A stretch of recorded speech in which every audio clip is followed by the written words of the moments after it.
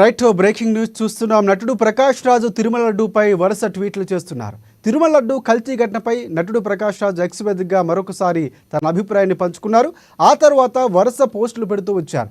Just asking అంటూనే తన పోస్టులు పరంపర కొనసాగుతూనే ఉన్నాయి. ఇక ఈ నేపథ్యంలోనే తాజాగా మరొక పోస్ట్ పెట్టారు ప్రకాష్ రాజ్.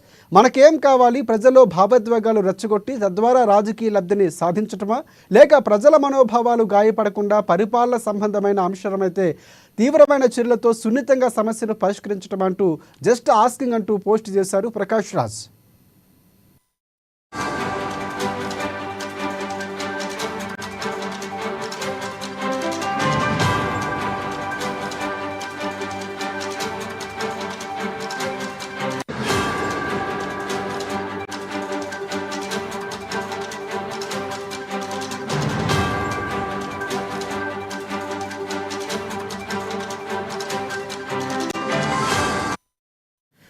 రైట్ బ్రేకింగ్ చూస్తున్నాం. తిరుమల లడ్డు కల్తీ ఘటనపై నటుడు ప్రకాష్ రాజ్ ఎక్స్ వేదికగా తొలుత తన అభిప్రాయాన్ని పంచుకున్నారు.